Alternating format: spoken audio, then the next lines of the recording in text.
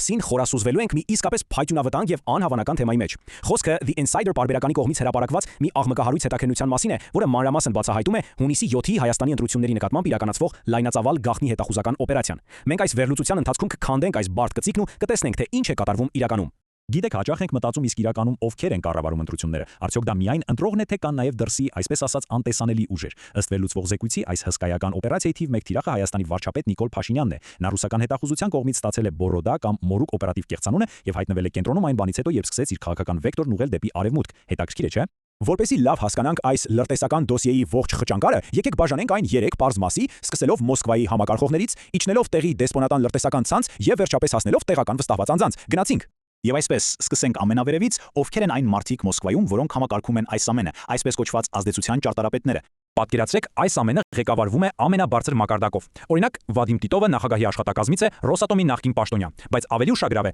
Վալերի Չեռնիշովը, մարդ, որը պատկերացնում եք դիվերսիայի հիմունքներ է դասավանդել Ռուսաստանի գլխավոր հետախուզական վարչության GRU-ի սպաներին։ Իսկ արտաքին գործերի գծով Միխայիլ Կալուգինն է, մի անձնավորություն, որին դեռ տարիներ առաջ կասկածում էին որպես հետախույզ, ինչպես Լիտվայում, այնպես էլ Միացյալ Նահանգներում։ Այսինքն, համաձայնեք, սրանք հասարակ քաղաքական խորհրդականներ չեն, այլ հատուկ պատրաստվածություն անցած լուրջ մասնագետներ։ Բայց ամեն ինչ չէ, որ արվում է միայն խիստ գաղտնի պայմաններում։ Կա նաև այսպես կոչված փափուկ ուժ։ Ըստ զեկույցի, Երևանում գործող ռուսական տունը եւ նմանատիպ կառույցներն ակտիվորեն աշխատում են երիտասարդների հետ, առաջ մղելով որոշակի նարատիվներ։ Հետաքրքիր է, որ այս գործընթացը հանձնարարվել է Իգոր Չայկային, նախկին գլխավոր դատախազի որդուն, որը ի դեպ արևմտյան պատժամիջոցների տակ է եւ ըստ աղբյուրների ժամանակին ֆինանսավորել է նաև Մոլդովայի ընտրությունները։ Այնպես որ ձեռագիրը բավականին ծանոթ է։ Հիմա եկեք իջնենք 1 աստիճան ներքև եւ հասկանանք տեղի լրտեսական ցանցի աշխատանքը։ Եվ դա անելու համար եկեք միասին տեղափոխվենք ծննդյան խնջույք։ Պատկերացրեք, հունիսի 3-ն է։ Երևանում Ռուսաստանի դեսպանատանը կազմակերպված է մեծ բանկետ։ Բոլորը հավաքվել են նշելու այսպես կոչված առևտրային ներկայացուցիչ Ալեքսեյ Միշլյավկինի 65-ամյակը։ Բայց ահա գլխավոր ինտրիգը։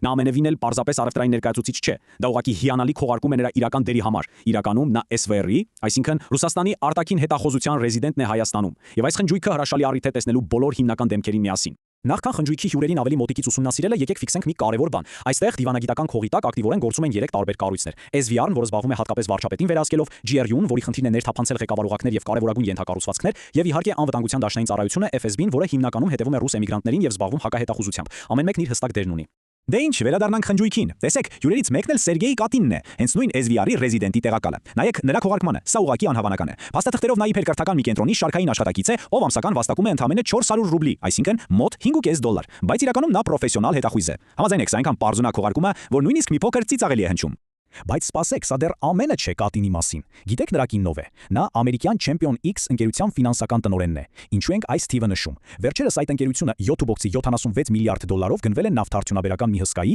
SLB-ի կողմից, որը ի դեպ այն սակավաթիվ ընկերություններից է, որ շարունակում է աշխատել Ռուսաստանում շրջանցելով պատժամիջոցները։ Ուղղակի տեսեք, թե ինչպես են լրտեսությունն ու բազմամիլիարդանոց գլոբալ բիզնեսը անսպասելիորեն խաչվում իրար։ Շարունակենք ծանոթանալ հյուրերին։ Ահա Վիաչեսլավ Պրոշկինը։ Պաշտոնապես նա Ռոսատոմի ներկայացուցիչն է Մեծամորի ատոմակայանում։ Լուրջ պաշտոն է, չէ՞, բայց իրականում դա ընդամենը քողարկում է նրա GRU-ի սպա լինելու փաստի համար։ Ավելին, ըստ զեկույցի, նա Հայաստան է գործուղվել մի ստորաբաժանումից, որը ներքաշված է եղել բյուջեից 100 միլիոնավոր ռուբլիների յուրացման շատ աղմկոտ սկանդալի մեջ։ Իսկապես շատ հետաքրքիր կադրային ընտրություն է։ Դե իսկ FSB-ի թիմն առանձին պատմություն է։ Այս հետաքննությունը շատ կոնկրետ անուններ եւ փաստեր է բերում։ Օրինակ, Ջեներալ Կիվաչուկը, ով հետևում է ռուս էմիգրանտներին, իսկ ինքը Ռուսաստանում ունի չվճարված մեքենայի հարկեր, կամ Վիտալի Կուչերուկը, որը փորձել է աշխատել անմիջապես Հայաստանի արտաքին հետախուզության ղեկավարի ուղղությամբ։ Իսկ Ալեքսանդր Գլադիշչուկը քարտեզագրում է Հայաստանի ռազմավարական օբյեկտները, մի մարդ, որը ժամանակին Բելգիայում քարտեզագրել է ՆԱՏՕ-ի բազաները։ Այս մանրամասները պարզապես ապշեցնող են, կարծես կինոյի սցենար լինի։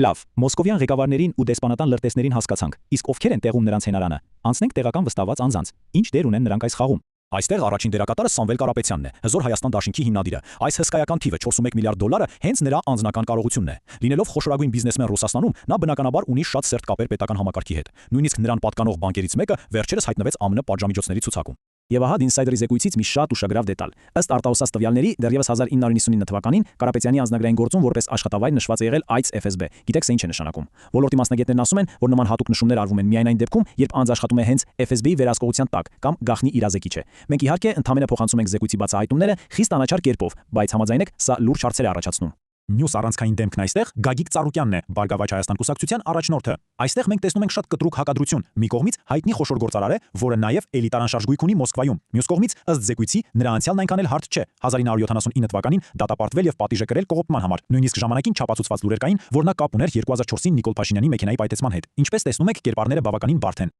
Իսկ հիմա ամենահետաքրքիրը՝ ֆինանսները։ Նայեք այս թվերին։ Սա արտահոսած նախահաշիվ է, որը ցույց է տալիս, թե ինչպես է նախորդ ընտրությունների ժամանակ ուղղակիորեն գումար հոսել Ռուսաստանի նախագահի աշխատակազմից Հայաստան, Ծառուկյանի քարոզարշավի եւ դաշտային աշխատանքների համար։ Ընդ որում խոսքը մի մարդու մասին է, որն ինքը միանգամայն ի վիճակի կլիներ ֆինանսավորել իր ցանկացած արշավ։ Սա արդեն շատ բան է ասում այս կապերի խորության մասին։ Եվ այսպես մենք այսօր քանդեցինք մի ամբողջ հիերարխիա՝ Մոսկվայի Վերնախավից մինչև Երևանի դեսպանատան գաղտնի լրտեսներն ու տեղի միլիարդատերերը։ Այս բոլոր փաստերը միավորվում են, ստեղծելով մի հսկայական, լավ մշակված մեխանիզմի պատկեր ընդառաջ ընտրություններին։ Բայց ի վերջո մնում է ամենակարևոր հարցը՝ արդյոք այս հզոր, բայց այժմ արդեն բացահայտված ցանցը կկարողանա հասնել իր նպատակին, թե հենց այս տեղեկատվության արտահոսքը վերջնականապես կտապալի նրանց ծրագրերը։ Մտածեք այս մասին։ Շատ շնորհակալ եմ, որ այսօր ինձ հետ էիք այս վերլուծության ընթացքում։ Հուսով եմ այն ձեզ համար նույնքան հետաքրքիր էր, որքան ինձ համար։ Մինչ նոր հանդիպում։